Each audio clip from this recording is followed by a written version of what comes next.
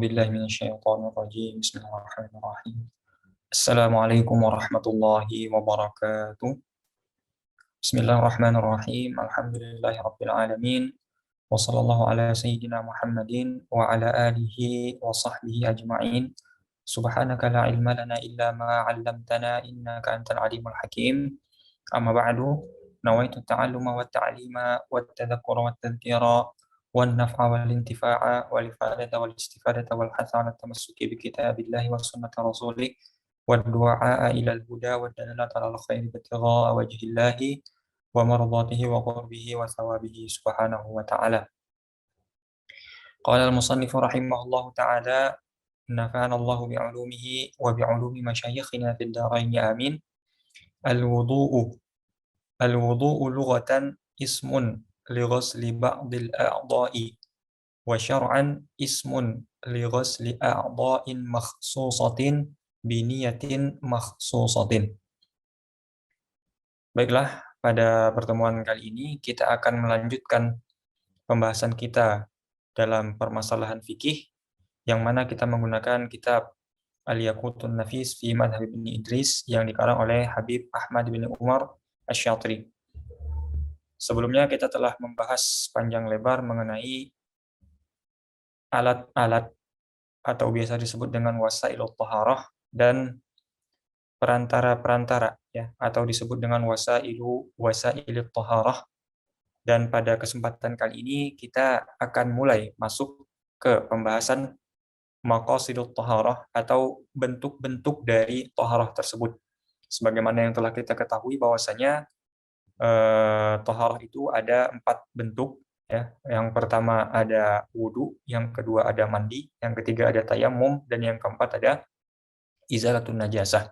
Dan dimulai pada pertemuan kali ini kita akan mencoba untuk membahas mengenai permasalahan-permasalahan bentuk-bentuk dari thaharah ini, dimulai dari permasalahan wudu.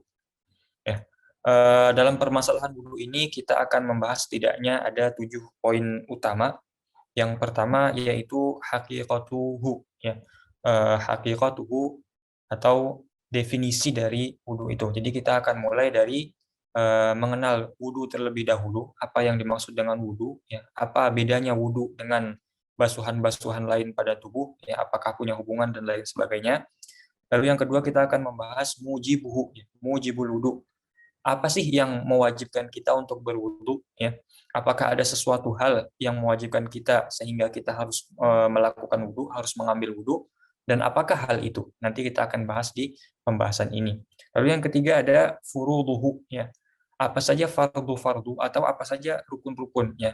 Hal-hal apa saja yang dikatakan wudu itu ya, perbuatan-perbuatan apa saja ya, atau ucapan atau apapun ya yang berkaitan dengan rukun atau fardu dari wudu ini ya. Nanti kita akan bahas satu persatu ya. Ketika kita membahas satu rukun demi satu rukun, kita akan bahas secara detail. Ketika misalkan nanti salah satu rukun wudu itu niat ya, lalu kapan waktunya niat saat berwudu ya.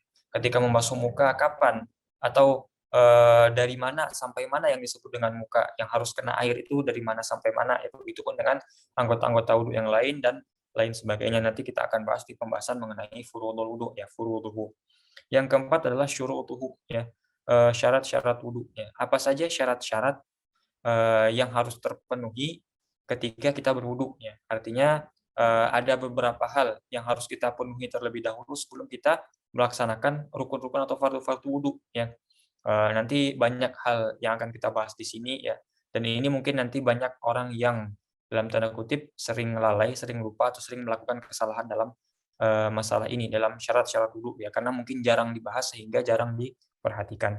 Lalu yang berikutnya kita akan membahas mengenai sunanuhu ya. Apa saja yang disunahkan sebelum, ketika, dan setelah berwudu ya. Nanti kan ada beberapa hal yang disunahkan juga ya. Apa saja yang disunahkan itu kita akan bahas satu persatu, bagaimana tata caranya ya, baik itu sunnah-sunnah sebelum berwudu, sunnah-sunnah ketika berwudu, maupun sunnah-sunnah setelah berwudu. Selanjutnya kita akan bahas mengenai makruhatul wudu ya, hal-hal yang dimakruhkan ya untuk dilakukan, untuk dikerjakan ketika kita sedang berwudu ya. Ada beberapa hal yang dalam tanda kutip makruh ya, sebaiknya tidak dikerjakan ya, namun Mungkin banyak di antara kita yang sering mengerjakan hal itu karena juga ya yang makruh ini jarang terekspos, jarang dibahas sehingga mungkin banyak yang lupa, banyak yang lalai, mungkin banyak yang belum tahu terkait dengan hal-hal ini. Dan yang terakhir kita akan membahas mengenai ma tantahi bihi muddatuhu ya. Apa saja yang menyebabkan wudhu itu berakhir ya. Karena wudhu itu kan punya status seseorang berstatus berwudhu. Nah, kapan status wudhu seseorang itu berakhir? Atau apa saja hal-hal yang membuat wudhu seseorang itu menjadi batal? Ya, atau hal-hal apa saja yang membatalkan wudhu? Nah, itu akan kita bahas nanti dalam permasalahan terakhir dari permasalahan-permasalahan wudhu ini.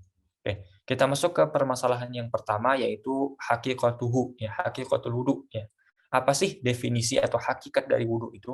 Ya, sebagaimana biasa, ketika kita mendefinisikan sesuatu, kita akan mengambil dua sudut pandang. Yang pertama kita akan ambil secara etimologi, secara bahasa Arab, ya artinya menurut orang Arab arti asli ya atau asal kata ini bermakna apa? Atau dalam kamus bahasa Arab maknanya apa secara asal kalimat atau kata ini seperti itu. Lalu yang kedua kita akan ambil dari sisi terminologi, ya artinya ketika kata ini sudah menjadi sebuah term khusus dalam ilmu fikih, maka yang dimaksud apa dan bagaimana, seperti itu. Nah, kita mulai dari definisi wudhu dari segi terminologi, ya, dari segi etimologi terlebih dahulu, dari segi bahasa Arab, ya.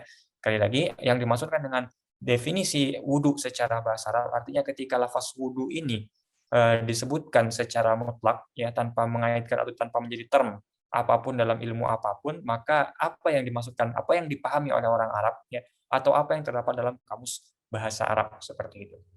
Apa itu wudhu secara bahasa? Al-wudu'u lughatan ya ismun li ghasli ba'dil a'dha'i ya. Sebuah nama untuk sebuah perbuatan ya. Jadi wudhu itu secara bahasa sebuah nama untuk sebuah perbuatan ya. Perbuatan yang seperti apa? Ghasli ba'dil a'dha'i ya. Perbuatan membasuh sebahagian anggota tubuh ya. Sebuah nama yang diperuntukkan untuk sebuah perbuatan ya berupa membasuh sebagian anggota tubuh ya. Dari sini kita bisa ambil beberapa poin ya. Wudhu secara bahasa tidak membatasi pada anggota tubuh tertentu ya. Artinya seluruh tubuh masih memungkinkan digolongkan sebagai wudhu ya. Ketika kita membasuh misalkan perut ya itu disebut dengan wudhu secara bahasa. Ketika kita membasuh apa misalkan pundak, ya kita tetap disebut sebagai berwudu secara bahasa karena tidak dibatasi apa namanya bagian mana saja yang merupakan anggota wudu. Di sini hanya disebutkan secara bahasa. Pokoknya asal anggota badan kita, anggota tubuh kita, maka itu disebut wudu ketika kita membasuhnya. Itu yang pertama. Yang kedua,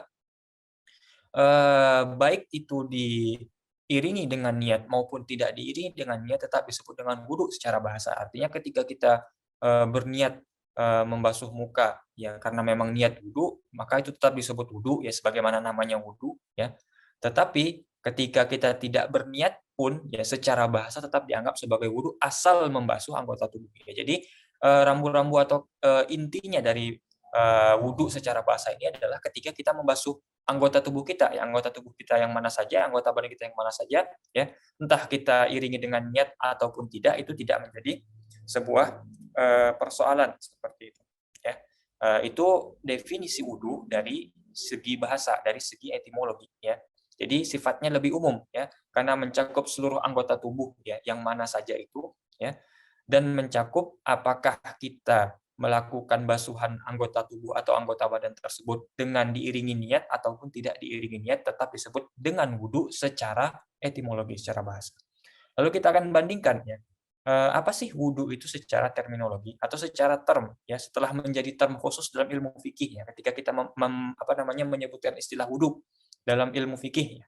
Apa itu wudu dalam ilmu fikih? Nah, apa itu wudu dalam ilmu fikih? Nah, itulah yang dimaksud dengan definisi secara syar'an. Ya, wa syar'an apa itu? Wudu secara terminologi ismun li ghasli a'dha'in makhsusatin bi niyyatin makhsusatin ya. Sebuah nama untuk sebuah pekerjaan ya. Jadi sama-sama nama untuk pekerjaan antara wudu bahasa maupun wudu syariat ya.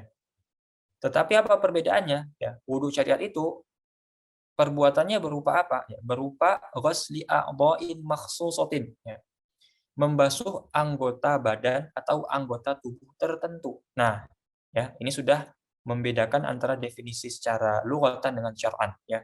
Kalau secara lughatan tadi, anggota tubuh mana saja dari anggota tubuh kita, dari ujung kaki sampai ujung kepala, semuanya bisa dikatakan wudu ketika kita basuh, tetapi dalam segi syariat tidak bisa kita masukkan semuanya, ya. Hanya anggota-anggota tertentu saja, anggota-anggota khusus saja. Makanya disebutkan di sini li ghusli a'dha'in makhsusatin, ya, membasuh anggota tubuh tertentu, ya.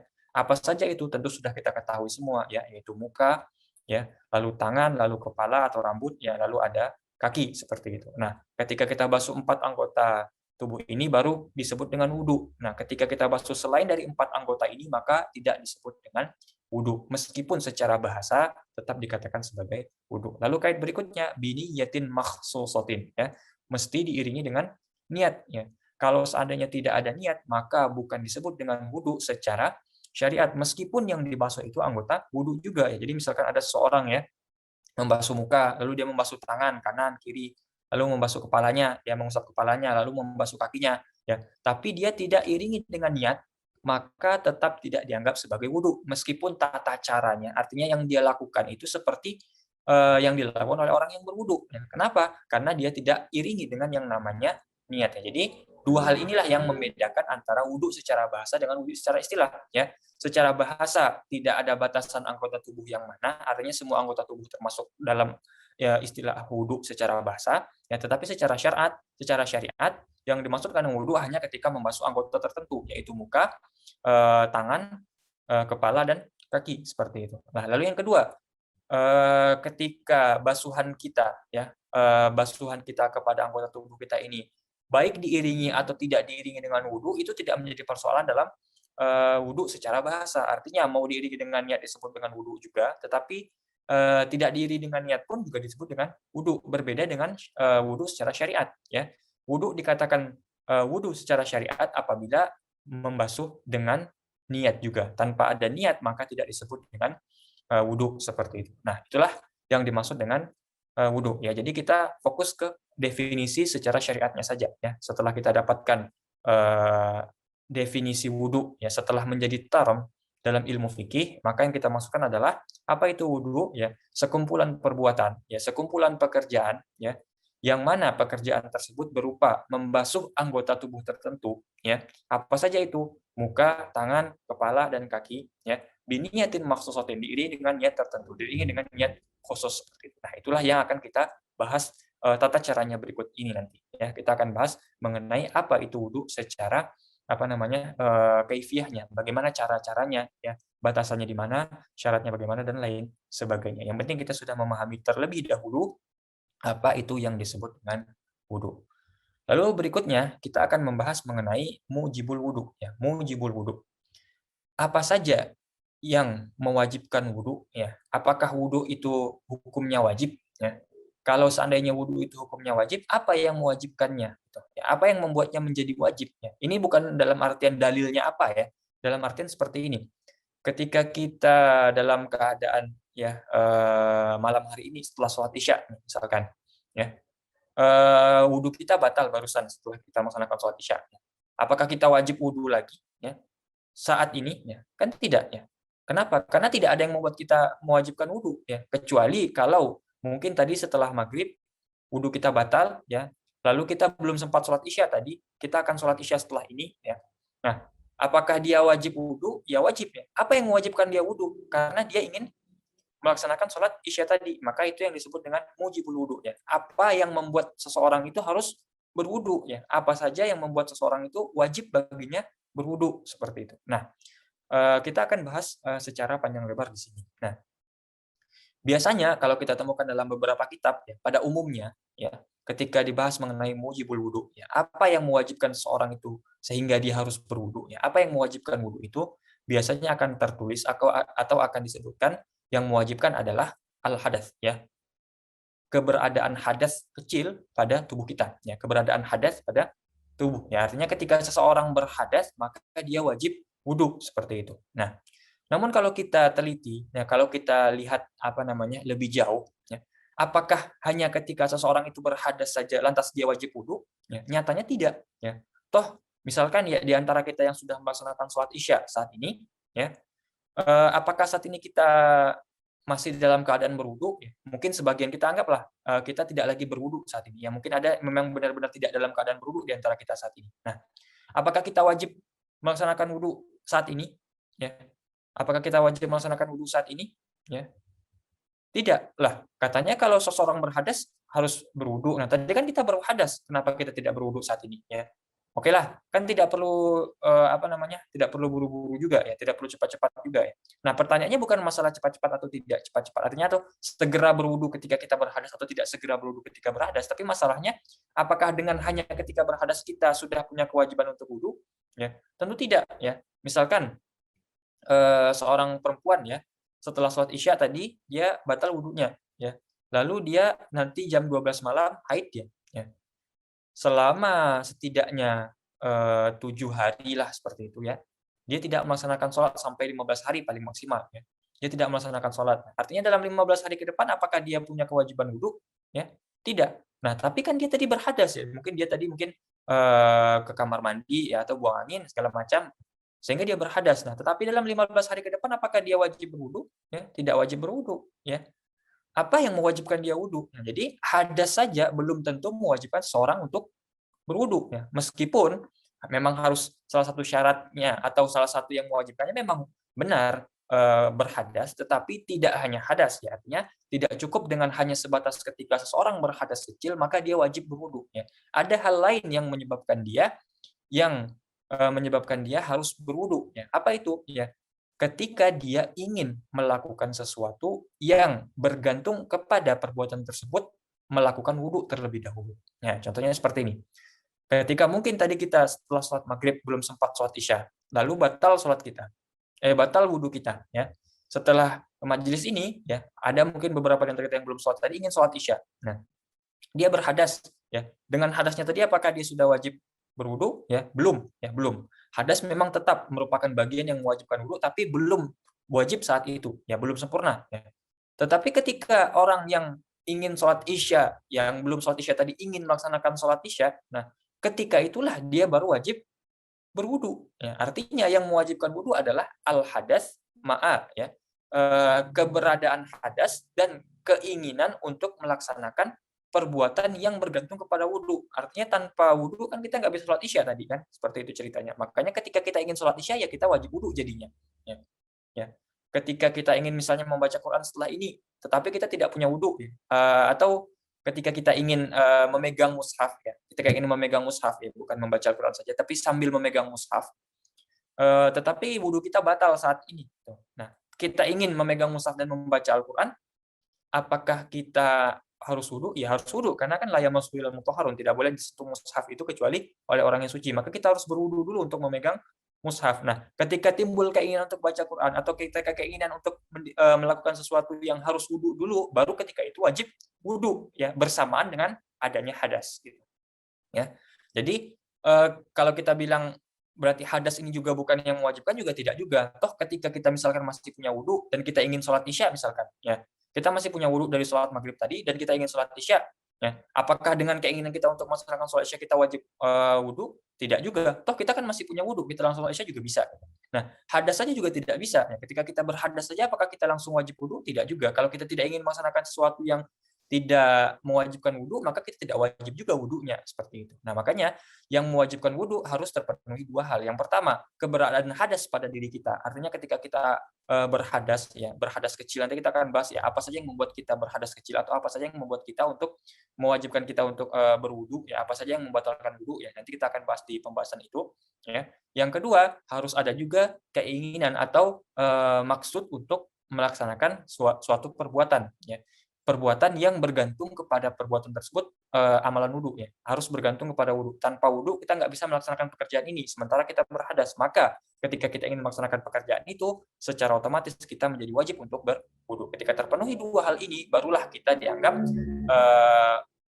memenuhi syarat mujibul wudu ya, yang mewajibkan wudu. Ya, jadi kita ulangi sekali lagi, ketika nanti ditemukan apa yang mewajibkan wudu hadas, ya kita tidak bisa salahkan secara mutlak. Ya, memang benar hadas merupakan salah satu bagian yang mewajibkan seseorang untuk berwudu, tetapi itu belum lengkap. Ya. Apalagi pelengkapnya? Pelengkapnya adalah keinginan, ya iradah, untuk melaksanakan suatu perbuatan yang harus atau diwajibkan wudu sebelum melakukan perbuatan tersebut. Nah, ketika dua hal ini telah terpenuhi, baru seseorang itu wajib wudu. Ya, jadi yang mewajibkan wudu yang pertama adalah hadas, yang kedua adalah keinginan untuk melaksanakan suatu perbuatan yang bergantung kepada wudu. Nah, ketika dua hal ini terpenuhi, barulah secara sempurna seseorang itu wajib untuk berwudu terlebih dahulu, seperti itu. Nah, pembahasan selanjutnya kita akan membahas mengenai jenis-jenis wudu. Jadi jenis-jenis wudu ini ada juga. Jadi wudu itu tidak cuma satu, ada jenis-jenisnya. Nah, secara sederhana wudu ini bisa kita bagi kepada dua pembagian. Ada dua jenis. Yang pertama ada namanya wudu yang wajib. Ya. Yang kedua ada namanya wudu yang sunnah. Apa bedanya wudu yang wajib dan apa bedanya wudu yang sunnah? Ya. Kalau dalam permasalahan mandi, ya kita bisa bisa pahami dengan cepat. Ada mandi wajib, ada mandi sunnah. Apa itu mandi wajib? Ya ketika kita berhadas besar. Nah, ketika kita mandi, ketika kita ingin melaksanakan suatu ibadah atau apapun yang mensyaratkan kita suci, maka kita harus mandi wajib. Nah, itu harus mandi wajib namanya, seperti itu. Lalu ada lagi namanya mandi sunnah. Ya, kalau mandi sunnah itu apa? Seperti mandi ketika ingin sholat Jumat, mandi ketika mungkin ketika ingin sholat Id, seperti itu, dan lain sebagainya. Itu kan mandi sunnah, seperti itu. Ya. Nah, begitupun dengan wudhu sebenarnya. Wudhu pun ada yang seperti itu. Ada wudhu yang wajib, ada wudhu yang sunnah, seperti itu. Nah, apa itu wudhu yang wajib? Ya, wudhu yang wajib itu kapan saja? Ya ketika terpenuhi tadi mujibul wudhu. Ya, ketika terpenuhi mujibul wudhu, maka dia wajib wudhunya. Gitu. Ya, ketika seseorang berhadas dan dia ingin melaksanakan suatu perbuatan yang mengharuskannya untuk berwudhu terlebih dahulu, maka ketika itu wudhunya menjadi wajib, seperti itu. Ya. Hanya ketika orang yang berhadas kecil dan ingin melaksanakan perbuatan yang bergantung kepada wudhu, nah, wudhu yang dia lakukan itu adalah wudhu yang wajib namanya, seperti itu. Nah, ada lagi yang namanya wudhu sunnah. Ya, ada namanya wudhu sunnah. Kapan wudhu itu sunnah? Ya, kapan disunahkan wudhu? Jadi wudhu sunnah dengan sunnah wudhu itu beda lagi ceritanya. Ya. Ini terbalik tapi maknanya berbeda. Ya. Sunnah wudhu adalah sunnah-sunnah, perkara-perkara sunnah yang sebaiknya dilakukan ketika berwudhu. Ya. Perkara-perkara yang disunahkan dikerjakan untuk ketika berwudhu itu namanya sunnah wudhu, ya sunnah wudhu. Ada lagi wudhu sunnah, ya wudhu mas sunnah. Apa itu wudhu mas sunnah? Wudhu yang disunahkan untuk dikerjakan. Ya. Jadi ada beberapa kondisi di mana seseorang itu dianjurkan untuk berwudhu. Nah, ada beberapa hal yang termasuk ke dalam permasalahan ini, ya wudhu sunnah ini. Ya. Yang pertama yang biasa kita sering kenal adalah tajdidul wudhu, ya memperbarui wudhu. Itu kan disunahkan, ya. Tajdidul wudhu likulli sholatin. Setiap kita akan melaksanakan sholat yang baru, ya, sementara kita masih punya wudhu yang ada, tetap kita disunahkan untuk memperbarui wudhu. Jadi misalkan tadi kita sholat maghrib, ya kita berwudhu lalu sholat maghrib. Nah, sampai saat ini kita masih punya wudhu nih. Nah, masuk waktu sholat isya, kita ingin sholat isya. Nah, karena itu sudah sholat yang berbeda, nah sebelum sholat isya disunahkan untuk memperbarui wudhu. Ya, ingat ya, memperbarui wudhu itu berbeda dengan mengulang wudhu atau berbeda dengan wudhu yang baru. Ya. Wudhu yang baru dengan memperbarui wudhu itu berbeda. Wudhu yang baru artinya apa? Kita batal. Ya. Ketika kita tadi sholat berwudhu, lalu sholat maghrib, batal wudhu kita. Nah, lalu kita wudhu lagi. Nah, wudhu setelah batal itu wudhu yang baru. Nah, itu namanya wudhu wajib, bukan wudhu memperbarui wudhu. Nah, memperbarui wudhu, kita belum batal wudhunya. Jadi kita wudhu, lalu sholat maghrib, kita masih punya wudhu, masuk sholat isya. Nah, ketika kita wudhu, sementara kita belum batal wudhunya, itu baru disebut dengan tajdidul wudhu, memperbarui wudhu. Nah, dan itu disunahkan likulli sholatin. Setiap kita akan melaksanakan sholat. Nah, kalau katanya Syekh Mustafa Hamdan Nabi, kalau seandainya memperbarui wudhu ya tanpa sebab kita, dalam artian begini, kalau kita belum sholat, ya, jadi kan kita misalkan wudhu untuk melaksanakan sholat, ya. Kita belum sempat sholat, terus kita ingin perbarui wudhu. Nah, itu hukumnya makruh. Jadi misalkan kita wudhu, ya. Kita berniat untuk sholat isya. Ya. Jadi kan setelah sholat maghrib, wudhu kita batal. Oke lah. Ya. Lalu kita berwudhu lagi. Nah, ternyata kita belum sempat sholat isya. Nah, nantilah setelah majelis ini kita sholat isya. Ternyata sampai selesai majelis kita masih punya wudhu, tetapi kita ingin memperbarui wudhu lagi untuk sholat isya nanti. Nah, kan berarti kan sholat yang kita maksudkan dari wudhu kita tadi belum kita lakukan, maka ketika itu makruh memperbarui wudhunya. Ya. Memperbarui wudhunya ketika itu makruh. Ya. Kenapa? Karena yang disunahkan memperbarui wudhu itu likulli sholatin. Ya. Setiap sholatnya. Gitu. Jadi setelah kita sholat maghrib, ya, lalu kita mau sholat isya dan masih punya wudhu, tetap disunahkan untuk mengulang wudhu, ya tajdidul wudhu, memperbarui wudhu seperti itu. Nah, yang menjadi catatan juga dalam memperbarui wudhu ini, ya kita harus teliti, ya artinya ada beberapa hal yang menyebabkan wudhu itu tidak sunnah untuk diperbarui. Ya. Kalau dalam kalimat ringkasnya, malam yu'arid fadilatun ukhra, ya. Malam yu'arid fadilatan ukhra, ya. Selama wudhu itu tidak menyelisihi, ya, tidak menyelisihi atau tidak berbenturan dengan fadilah atau keutamaan yang lain. Ya. Misalkan seperti ini. Kita ingin memperbarui wudhu. Ya, ingat kita masih punya wudhu, lalu kita ingin memperbarui wudhu karena sebab ingin sholat, nah itu baru namanya memperbarui wudhu. Ya, kalau kita sudah batal itu bukan memperbarui wudhu. Ingat kita sudah ke wudhu yang sunnah, bukan lagi wudhu yang wajib. Kita ingin memperbarui wudhu. Tetapi kalau kita memperbarui wudhu saat ini, ya, tadi kita sholat maghrib, kita ingin sholat isya memperbarui wudhu. Kalau kita perbarui wudhu, ya, kita memilih memperbarui wudhu, kita akan ketinggalan takbiratul ihram dengan imam, misalkan. Ya, jadi orang udah sholat nih, udah sholat isya, mau sholat isya ya, udah qomat nih. Allahu akbar, Allahu akbar. Asyhadu an la ilaha illallah. Nah, kira-kira kalau orang qomat kita wudhu, dapatkah kita takbiratul ihram sama imam? Enggak, pasti kita masbuk ya, meskipun dapat rokaat itu juga, tapi tetap juga kita terlambat kan, seperti itu. Nah, ketika itu kita masih punya wudhu, ya, dan ada hal yang lebih utama, ada fadilah yang lain, ya, daripada kita memperbarui wudhu, maka saat itu tidak disunahkan memperbarui wudhu, ya. Artinya tetap ya sudah kejar saja jamaahnya dari awal supaya bisa dapat dari awal sampai akhir. Nah, itu kan ada fadilah yang lain yang berbenturan dengan wudhu. Nah, berbenturan dengan memperbarui wudhu. Nah, ketika itu tidak disunahkan untuk memperbarui wudhu, tetapi kejar saja sholatnya. Atau kita ingin memperbarui wudhu, tetapi kalau kita memperbarui wudhu, kita kehilangan fadilah awal waktu. Artinya ketika kita sholat setelah memperbarui wudhu kita, hilang awal waktunya. Anggaplah seperti itu, ya. Anggaplah seperti itu, hilang awal waktunya.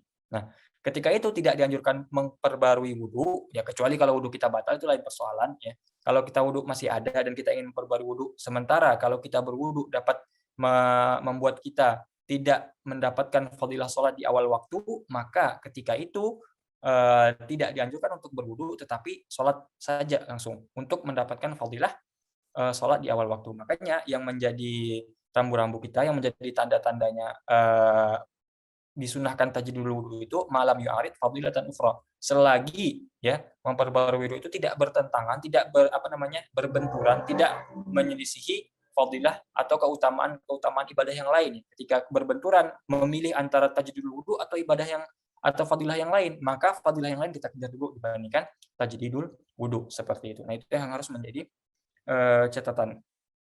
Ya.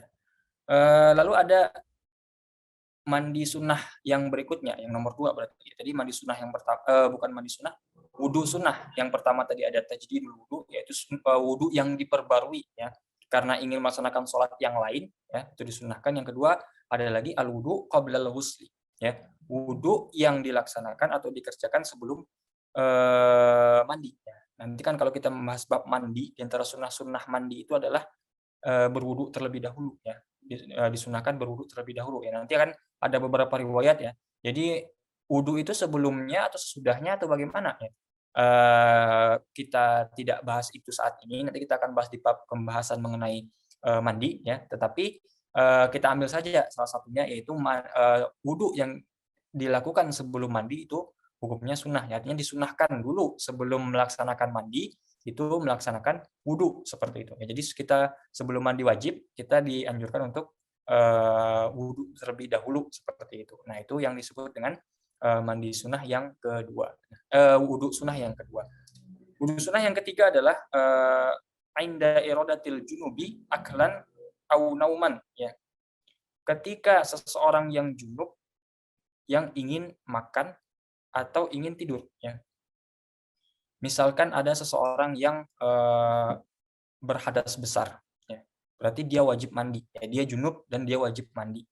Tetapi karena tidak ada yang menyebabkannya harus bersegera mandi, ya, dia ingin menunda mandinya, ya nanti sajalah mandi wajibnya kalau mau udah dekat sholat gitu misalkan, atau nanti untuk ketika udah dekat ibadah yang lain seperti itu. Nah, tetapi dia ingin makan. Nah, ketika orang junub yang belum mandi ini ingin makan, disunahkan dia untuk berwudu terlebih dahulu ya. Begitupun ketika dia ingin tidur ya. Ketika ingin tidur maka disunahkan berwudu. Nah, kalau untuk tidur ini bahkan lebih umum ya. Jadi mau dia dalam keadaan junub atau tidak ya, dalam segala kondisi apapun ya, ketika kita ingin tidur maka tetap disunahkan untuk melaksanakan wudu terlebih dahulu ya, sebagaimana yang disunahkan oleh Rasulullah Shallallahu Alaihi Wasallam. Jadi ini yang ketiga ya, ketika orang yang junub ingin makan ya, atau ketika kita ingin tidur ya, baik dalam kondisi junub ataupun tidak dalam kondisi junub seperti itu ya. Yang berikutnya yang termasuk ke dalam sunnah-sunnah wudu juga ya, yang termasuk ke dalam wudu-wudu sunnah juga adalah ketika seseorang dalam kondisi marah ya. Sebagaimana kita ketahui ketika seseorang itu marah kan ya, Rasulullah mengajarkan ya, ketika marah dalam keadaan berdiri maka duduk, ketika masih marah berbaring, ketika masih berbaring istighfar, ketika masih marah lalu dianjurkan untuk berwudu ya. Karena kan dalam riwayatnya innal ghadaba minasyaiton, ya, sesungguhnya marah itu datangnya dari syaitan, wa inasyaitona khuliqa minan nar, ya. Syaitan itu diciptakan Allah dari api, wa innama tataffa'an naru bil ma, ya. Api itu api itu dapat padam, ya. Padamnya api itu karena disiram oleh air, ya. Jadi ibaratnya ketika kita marah itu kita sedang diliputi oleh setan. Jadi setan ini sedang merasuki kita gitu. Nah, setan itu kan terbuat dari api, berarti diri kita ini sedang terbakar oleh api seolah-olah seperti itu. Nah, api itu dapat dipadamkan dengan apa? Ya dengan disiram air. Nah, bagaimana cara menyiram air ketika kita nggak terlihat apinya ya secara lahir itu? Ya dengan berwudu ya. Makanya fa'idza ghadiba ahadukum falyatawaddo. Ketika seseorang di antara kalian sedang dalam kondisi marah, maka berwudulah. Makanya ketika kita sedang marah, berwudu ya, berwudu ya. Dengan wudu itu kita akan memadamkan api amarah yang ada dalam diri kita seperti itu. Itu salah satu dari wudu yang disunahkan jika seseorang dalam kondisi marah. Begitupun yang termasuk dalam wudu sunnah juga adalah ketika kita melakukan sesuatu hal yang buruk. Ya. Misalkan kita setelah tidak sengaja, anggaplah kita terpeleset dalam perbuatan maksiat, misalnya kita menggunjing orang, ya, atau mengeluarkan kata-kata yang kotor, kata-kata yang menyakiti hati orang lain. Ya. Nah, setelah kita melaksanakan atau melakukan perbuatan-perbuatan tersebut, kita dianjurkan untuk berwudu. Ya. Kenapa?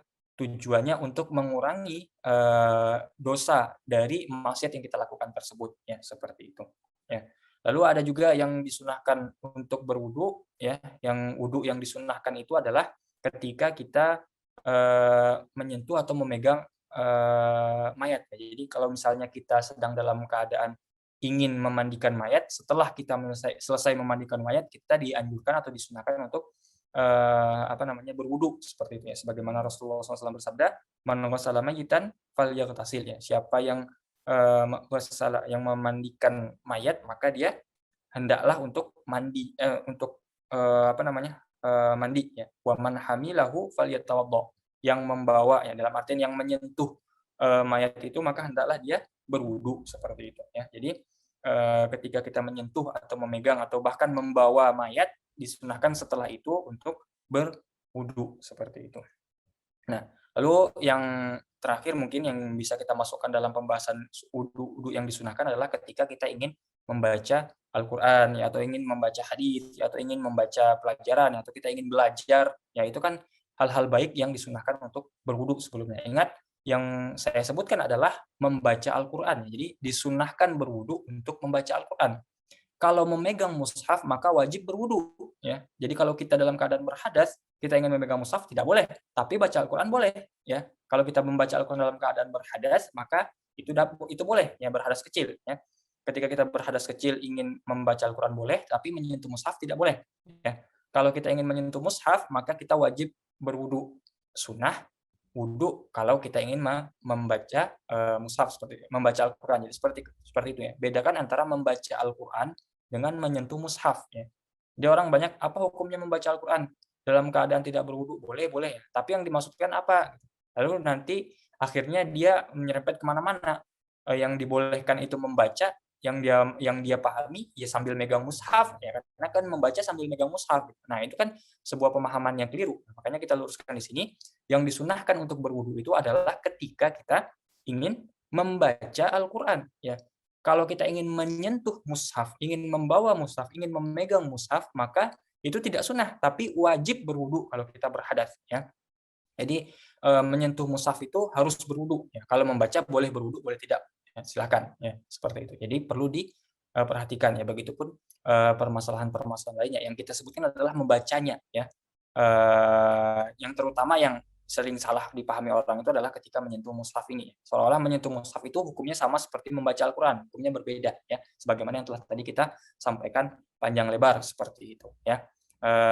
Dan itulah di antara ya, jadi tidak hanya itu, tapi hanya di antara hal-hal atau perbuatan-perbuatan yang mana kita dianjurkan untuk berwudu sebelumnya, ya. Jadi wudu-wudu yang sunnah adalah tadi sebagaimana yang telah kita bahas pada sebelum ini. Nah, mungkin untuk pertemuan kali ini kita cukupkan dari 3 pembahasan utama itu saja, dari definisi wudu tadi yang sudah kita bahas, lalu kita apa yang mewajibkan wudu, dan terakhir tadi kita sudah membahas jenis-jenis wudu, yang mana ada wudu yang wajib, ada wudu yang sunnah, dan kita sudah bahas satu persatu di antara dari wudu-wudu yang sunnah, ya, dan bagaimana hukum-hukumnya secara rinci seperti itu. Nah, demikian yang mungkin dapat saya sampaikan pada kesempatan kali ini, pada kesempatan malam ini. Semoga apa yang saya sampaikan bisa dipahami oleh kita semua, bisa menjadi ilmu baru mungkin bagi kita semua yang belum mengetahui, atau bisa menjadi bahan murojaah kita, bahan mengulangi, memperkuat ingatan kita terhadap materi ini, jika mungkin ada yang sudah mengetahui hal-hal ini. Sekian, terima kasih. Saya tutup. Akhirul kalam, wabillahi taufik wal hidayah. Wassalamualaikum warahmatullahi wabarakatuh.